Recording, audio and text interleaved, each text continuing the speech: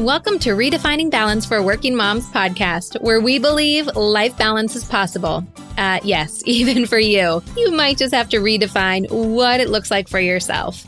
I'm your host, fellow working mom, and founder of Your Life Rocks, Jenny Stemmerman. Each week, I'll bring you practical, real-life tips to help you focus on the things that matter most in life and be the best version of yourself in every area that God has called you to. Ready to redefine what balance looks like for you and your life? Let's go.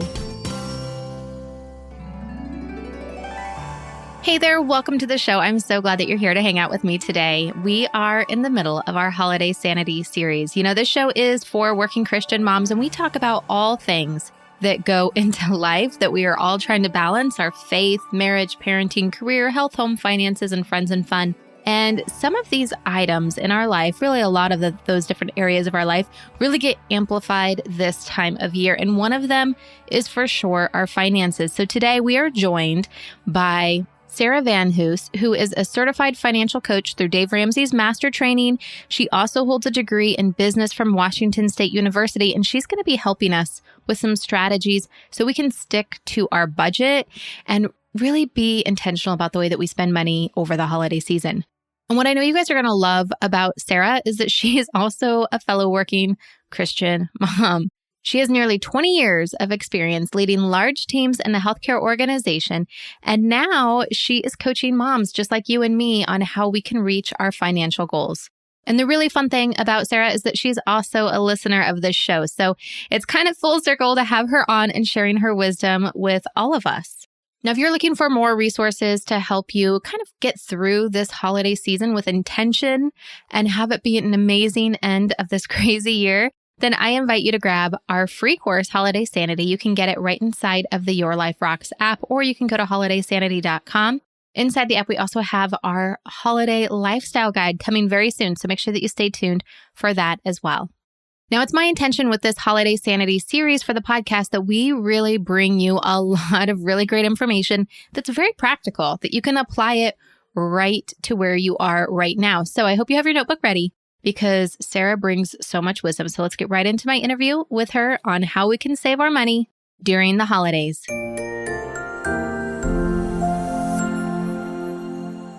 Sarah, welcome to Redefining Balance. I am so beyond excited and thrilled to have you with us today because we are talking about holiday spending, and this is an area that I need some help. So I'm so excited to be learning from you today. But before we get into all of the wisdom that you've brought to share with us, tell us a little bit more about who you are. Sure. Thank you so much for having me on the show, Jenny. I'm really excited to be here. My name's Sarah VanHoose. My business is called Journey to Influence, and I'm a personal finance coach. So I really help people get a handle on all their money management stuff. We start by making a plan, often called a budget, and walking with them in encouraging accountability. And I have kind of a fun story about how I was introduced to your podcast. It was my very first podcast. Like the first podcast I've ever listened to was yours. That's amazing. Isn't it right? I was new to podcasts in general, and I had some time off of work and was doing like reorg of the kids' bedrooms. You know, they just I don't know how they get so much stuff in their closet, but it was like a whole clean out couple of days for me. I took some time off of work and I wanted to just do some self-learning while I was doing it. And so I typed up Christian working moms, and yours was the first podcast that came up. Those were the things that I needed at the time. I needed some balance. I needed something that was, spirit-filled, and also that catered to me being a working mom. So anyway, I just thought that was it's super fun for me to come kind of full circle back to having this conversation with you today. I love that story so much. And so how long ago was that? And what were you doing at the time versus what you're doing now? Yeah, no, that's a great question. It was probably 4 years ago. And similarly, I was working full-time. I am working full-time now as well for a large healthcare organization here in Portland, Oregon. But now, sort of pivoting in the last year, I have become a part-time financial coach. So that's kind of how my journey has pivoted. But my kids were, of course, a little bit younger. They're a little bit older now, 10 and 7. So I was right in the throes of toddlers, Yeah. early elementary. So we've graduated a little bit since then, but still obviously looking after balance and faith and all the rocks. I think that it's so good to just to reflect every once in a while and remember how quickly time flies and how time with our kids can transition, right? So like when you were in the throes of it, like it's a whole different experience, I think, to be a working mom when your kids are like really, really young. Mm-hmm. Then, you kind of go through this transitionary period where, things are kind of a little bit easier, but it's school. And so it's like, a whole different thing because you have homework and parent teacher conferences and like all of this stuff. And then they get into the teenage years and you're like, whoa, wait, I thought it was supposed to be easier as they got older. And all of a sudden it got really hard. I think it's interesting, like the different seasons, that we go through as moms, and just know that whatever season you're in, it's going to pass faster than you know it. So hold on. Yes. Yeah. True. I remember the days that, nobody could bathe themselves. Yeah. And now everybody bathes themselves. And I miss it just a little bit, to be honest, but I didn't at the time, so appreciating the season that we're in that moment. Yeah. Yep. Absolutely. Absolutely. Well, we talked about balance, and when you found the show, you were looking for balance. So how do you now define balance for yourself? Yeah, I was really reflecting on this and when I feel balanced versus when I don't feel balanced. And one way that I know internally is I'm sleeping well. So when I sleep well and, sort of solidly, it's because I've been exercising, taking care of my body and eating well. And the external stress is less on my life, so when I'm sleeping well, that's a big indicator for me. And the second is when nobody is clamoring for my time. I know that I'm well balanced in taking care of all the other people in my life when they feel like they have enough of me. And also that goes true for myself too, when I'm not aching, for more self-care time or devotion time, when I feel a little bit balanced, when nobody's needing me constantly. Isn't that amazing how it's like very evidence-based? Like you can see the evidence when we are out of balance. For me, I know like when you said sleep, for me, if I wake up at 3 a.m., like that's when I know like I'm out of balance because it's the stress and my brain is like wanting, to go at 3 a.m. And I know that that's when I'm out of balance. And I also love too that you talk about people clamoring for your time, because when there's things I'm forgetting, whether it's work or kids or something with my spouse, I feel like people are nagging me, but it's not. They're reminding me because something has fallen through the cracks. So definitely good evidence. Sarah, today we're talking about holiday spending because it is the season for that. And, I think personal finance is something that is important to look at all year round. But this is definitely one of those times that I feel like, even with the best of intentions, even with like all of the good plans that you might have, it feels like a trap to be spending a ton of money. Why do you think that is? Oh my gosh. It's marketing is, maybe my number one answer. Consumerism, we quickly get caught up in all of the stuff, around the holidays, and we can get a little bit weak in terms of, caving to it. Marketers are genius. They put things in front of us. They put things in front of our children in society, really, that gets us kind of sucked in. So it is a wonderful time of the year, right? We all spend more time with our families. Depending on where you live, I live in the Northwest, right? I know you live in Oregon as well, right? We usually have 4 beautiful seasons. So taking advantage of the time of year that it is, and just, the cheeriness that it can bring. People can be in better moods this time of year. So just taking advantage of the time of the year, I think, is something that we should get more into versus the stuff and the consumerism. Yeah. And it is so hard. I mean, you could just go into Target being like, okay, I need to get some shampoo and conditioner. And you're just bombarded with, cute coffee mugs and this and that. And it's hard sometimes to be like, nope, we don't need that. And one of the things I think I have noticed, and I recently talked about this on another podcast that I was on as a guest, but I feel like there's like this underlying want and need to be a better mom. And we look at some of these external things of like, hot chocolate bars and matching pajamas. And somehow we think that these external things will make us a better mom if we provide them for our kids. Do you think that that's true? And do you think that is something that is new to our generation? Or do you think that that's something that's been around for a while?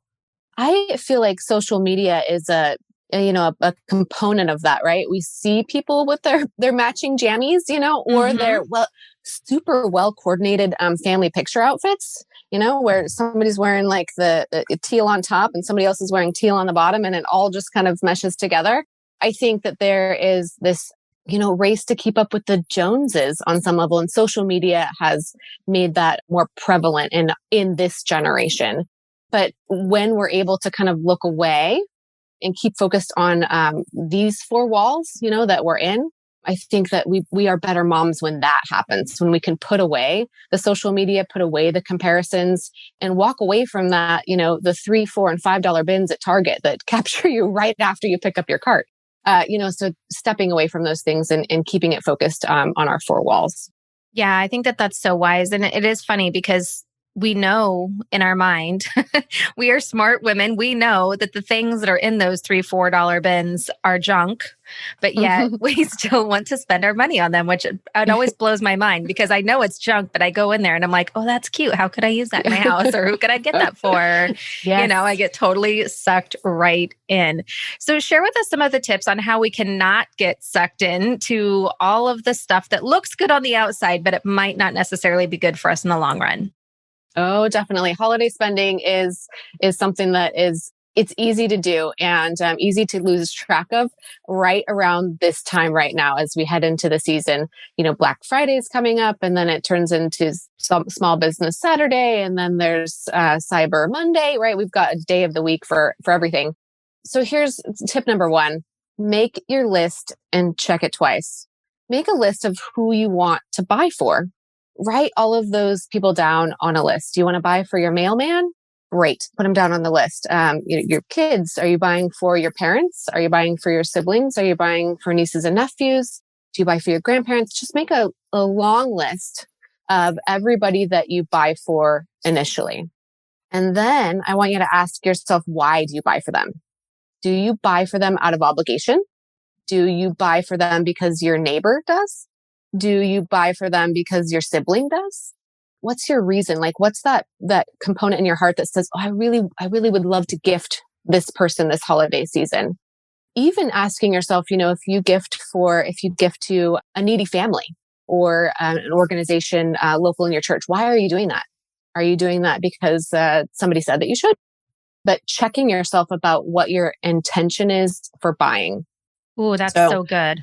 That's such a good question that we often don't think about. We just think, well, giving is good. We're supposed to be generous. So why not? But asking ourselves really why and what the heart issue is. And, in the book of Matthew, Jesus speaks very clearly about the heart issue versus external, show of things. And so I think that we have to really be careful. I love that you have that in there, is to examine why. Right.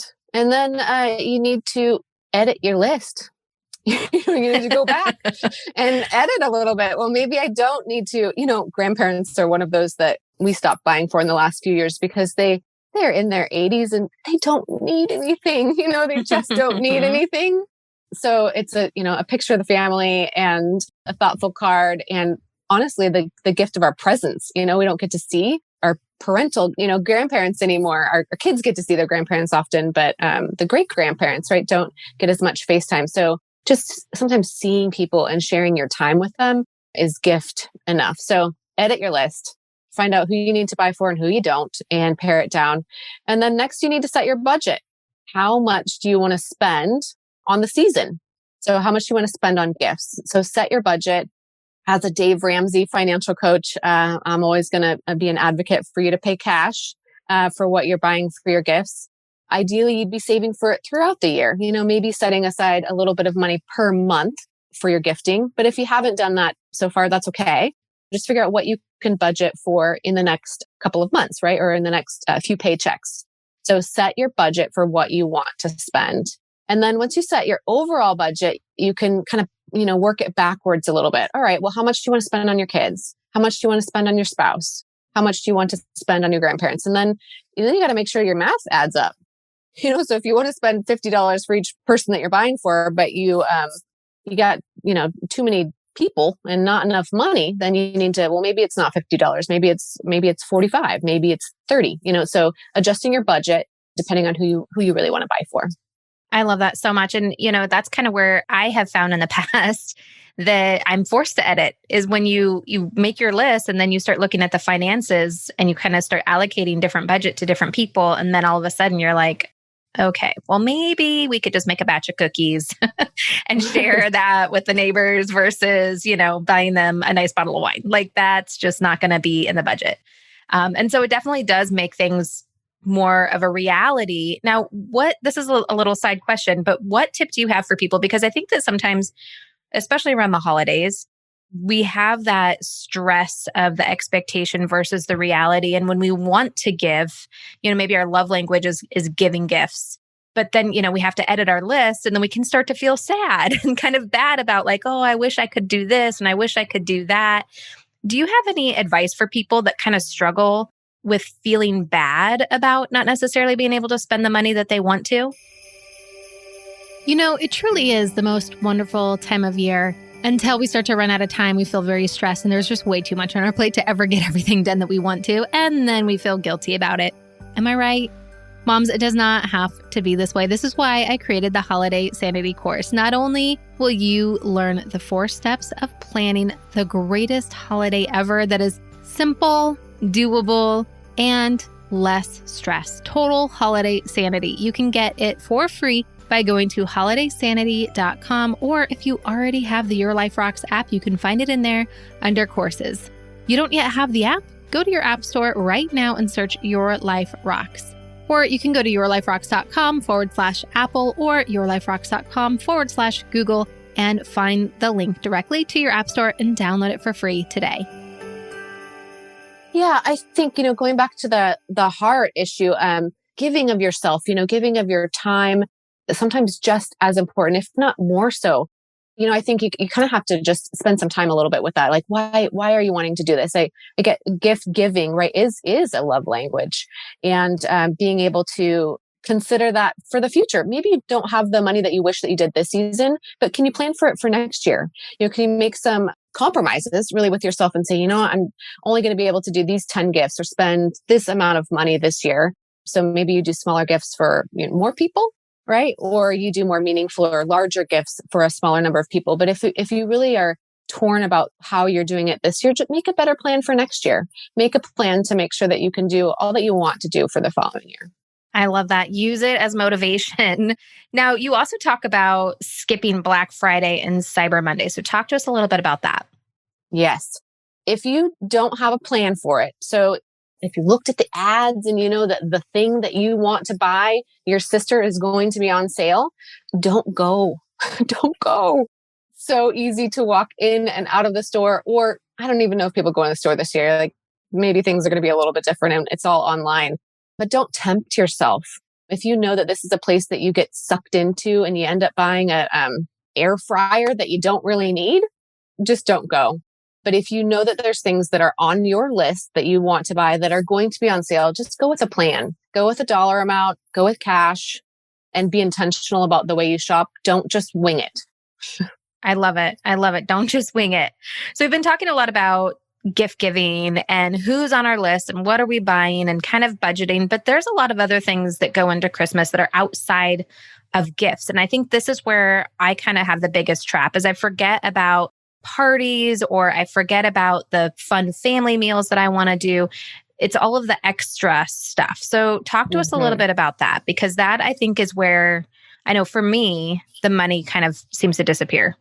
Right. We often make at least the basic plan for what we're buying or who we're buying for that budget. But don't forget about the parties, the events, the activities, the Christmas tree lighting, the church event, the donation event that's happening at church, your neighbor's party, the New Year's party. You need to kind of also make a list of those. I'm a list maker. I don't know if you can tell yet, but I love a good list. Me too. Me too. Yes. So make a list of those things that are coming for you in November and December. And then honestly, depending on the age of your family, your kids, you need to kind of have a little family meeting about what you want to attend and what you don't want to attend. You need to vote on it. You need to edit your list. This is a season, again, like COVID year might be a little bit different, but it's often a season that we shove so much activity in. good stuff. Most all of these parties and events and plays and things are all good, fun events, but it can quickly get overwhelming and it can be expensive, right? If you're bringing a bottle of wine or a hostess gift to every party that you're attending. So you need to edit that list too. What does your husband really not want to go to the neighbor's party? Then cross it out. Do the kids really not want to go to the tree lighting ceremony this year, even though you've been doing it for the last 5 years? Edit it out, figure out what's really important to keep on your list. And that way you're building some margin into your calendar in addition to your budget. Yes. And you said something in there that I think is absolutely gold is just because you've always done something doesn't mean you always need to continue doing it if no one really wants to do it. Right. Tradition is good if it's something that, a majority of your family likes. Like I get that as a teenager, like you might be dragged along to a couple of things, but if the majority of your family enjoys an event, then by all means keep it on there, but do edit. Don't just keep it on there for the sake of tradition. Yes, I absolutely love it because that's such a waste of money and so many different things if no one is enjoying it. Plus, it's just a waste of time too. Yes, absolutely. And time is a true commodity. Absolutely. And speaking of time, memories matter. And I think that is where so much of us are trying to create magic, trying to create memories. And so we kind of dump money into things that we think are going to be able to create those memories. So talk to us a little bit about how we can be smart with our money, but still make memories matter. Yeah, absolutely. Always consider DIY project, the gift of your hands, your talents and gifts. Don't marginalize that. Those can be amazing gifts to give. The gift of your time, I think, is probably the best thing that you can give in this day and age. Having some dedicated time for your parents, having some dedicated time with your nieces or nephews, with your kids is really, I feel like, where it's at. I am a big believer in what we call calendar adventures. And for the last 4 years, we stopped giving our kids Christmas gifts. I know, shocking. I know, it seems so like, what? Yes, we stopped giving them Christmas gifts. And instead, we give them a year's worth of calendar adventures. And what that is we make a calendar, Shutterfly or Costco calendar that has a picture on each month of an family activity that we're going to do that month. And it can be low cost, it can be no cost, it can be high cost. You can really tailor it for whatever your budget is. And we intentionally make memories each month in lieu of gifts. I so love this idea. In fact, I told Sarah when we got on to record that I was almost late for the interview because I got her little tool that she has to help you plan the calendar adventure. And I was all into planning a calendar adventure for my kids. And I almost was late for our interview because I think it is such a brilliant idea. One, because it does make memories. It is something that's exciting, which totally hits on our family values, doing fun things, making memories, not wasting any time. But I also think it's really smart from a financial point of view because then you are almost spending or taking that spending that you would have on gifts and like spreading it out throughout the year on all of these other activities. Yes, absolutely. The first year, I'll admit, when we gave our kids a calendar adventure, opening up a calendar as a 6-year-old is like, not very fun. What is this? Yes. But once they got to experience it, and it's morphed, for us over time where we actually don't tell them what the event is. There's kind of an elusive picture and they can guess at what it is, but we don't tell them until the beginning of the month and when we pick our day. But now they look forward to that gift. They look forward to looking at what their calendar adventures are going to be in the next year. And it's just some of the best memories that our family has made are these intentional kind of day trips or evening trips or things that are outside of the box a little bit for us that we just get to enjoy each other's company. I think that's so, so smart. And I love the way that you have broken this down in the download that people can get. Because so what it is that you wrote a blog post and then you have this free tool that's attached to the blog post that is basically like a worksheet that helps you kind of brainstorm what those ideas could be and then assigning the budget to it. And, it's just so great the way that you put that together in a way that people can digest it and really, really use it. So I'm excited to dive into that a little bit more. And I would encourage other people to go and get that as well. And it's just up on your website, right? Yep. You can go to my website. It's myjourneytoinfluence.com. you click on the blogs and you'll see it up there. It's the Family Calendar Adventures. And like you said, there's a blog that kind of outlines how to do it, and then a free download to help you plan for yourself what your calendar adventures may look like. I love it. I love it. Now, for people who are looking at the memories and they understand like memories matter and to be intentional, and don't be like Jenny and get sucked into all of the little memory maker things that they have at Target that you think that you need and you don't. But what other advice do you have on making memories around the holidays? Because sometimes, especially as a working mom, we know DIY is awesome, but DIY also takes a lot of planning and time to execute. And, sometimes it just feels easier to throw money at something and try to do something quick and easy. So how do you find, especially you're working full time and you're doing personal coaching and you've got your kids. So talk to us about some practical advice on how we can really make this work into our lives. Yeah, I think when it comes to giving, and as my kids are getting a little bit older too, I'm letting go of the control around that and really bringing my family into the fold and saying, okay, we're drawing names this year for my nieces and nephews. So the cousins are drawing names for those things, for those gifts. And I'm letting them decide how they want to spend and what they want to spend or what they want to create or what memory we want to make with that cousin that we're doing with. So, we don't have to take as much ownership. Just because we're the mom doesn't mean we have to do all of those things. Like, get your kids involved in figuring out what that looks like. I'm a little nervous to do it because who knows what they're going to pick out. But also it's liberating too, to say, you know what, this is not about me. This is about the person that is receiving the gift or this time that we have in our lives when our kids are young. And we have the opportunity just to spend time and energy around somebody else. I love it. And it kind of goes back to the first point that you made when you were talking about checking your list and making your list and budgeting and all of that, is asking yourself why and why you're doing certain things, why you're spending your money in the way that you're spending it. And I think that is really where we can focus in on and really simplify some things and make it work. Yes. Awesome. Well, Sarah, what other parting advice do you have for us around holiday spending and how we can really stick to our plan? Because it's one thing to make a plan, and then it's another thing to see a Facebook ad for something or walk into a store and your eye gets caught by something, or you see something on social media that someone else bought that you think, oh, I think I need to get that too.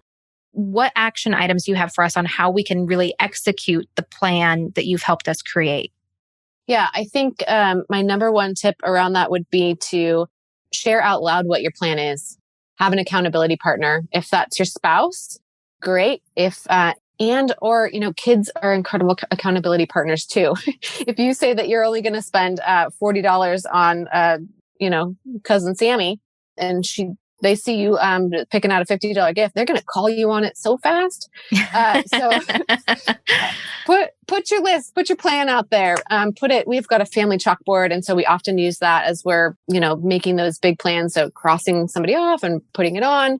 And I move my budget around a little bit. If I end up getting a killer deal for somebody, I can move some budget around. But this is also a skill that your kids need to understand as well. So you can kind of teach them and bring them in this idea around flexibility and accountability. But don't keep the plan to yourself. You've got to share it so that you can keep it on track. So good. And obviously everything we've been talking about today is really about holiday spending, but it's just a small little portion of the year and a small little bit of our spending and our finances. So if people want to learn more from you on finances, talk to us a little bit about what you specialize in and how you can help other working moms who are listening to this. If they're like, okay, in 2021, I really want my finances to get in order. What kind of things can you help them do? Yes, absolutely. I think number one is letting go of any bad feelings that you have towards yourself around how you've managed money in the past is kind of one of the initial things that I do, especially with women that I'm coaching. They come to me sometimes in some shame and wishing that they would have done something different, or that they, something that happened in their 20s, hadn't happened. letting go of some shame and really just beginning to make a plan, forecasting what you really want for your future, and then working a plan out of that. All right, if this is what you want in 5 years, what do we need to do now in order to move forward with that? So budgeting is a key tool that I utilize, debt reduction, wealth building. We walk Dave Ramsey's baby steps and really just work on our behaviors around money. Personal finances is 80% behavior, 20% head knowledge. Thankfully, you don't have to be a math whiz in order to figure out your finances. I love it. I love it. And sometimes behavior is harder than the head knowledge. But that's why we need people like you to help us. So this is what I love. All right. Now, I know you also have an offer for our listeners. So tell us a little bit about that. Yes, I have this proven 5-step plan to thrive with your finances. It's the process that I use with all of my coaching clients that I call the 5-step plan to thrive. And it walks you through each of those steps. And they are dreaming, prepping, planning, flexing, and thriving. And really, I apply those to it's really just a system that I apply to a lot of different components, but certainly with my coaching clients as we work through different money setting goals. Awesome. And you can get that free download by texting the word thrive, THRIVE, to 33777. Awesome. I highly encourage everyone grab that. I grabbed it for myself. And then you can also visit her website at myjourneytoinfluence.com. Follow her over on Instagram, Journey to Influence, and really just soak in all of the great wisdom that she has. And definitely, if you're interested in making memories with the calendar adventures, go check out that blog post on her website as well. Sarah, thank you so much for joining us today. It was so fun having you on. And really, truly, you just shared so much wisdom that I think is going to bless so many people. And I just want to pray that God would just bless you and your family as you are going through the rest of this year and into this next year, that He would just look ahead and bless your heart and just know that what your desires of your heart are, and that He would pave a way to let that come into your everyday with your family. Thank you so much for coming on the show today. Thank you so much, Jenny. It was really a pleasure. Really kind of a dream come true. Full circle for me. Thank you. I love it.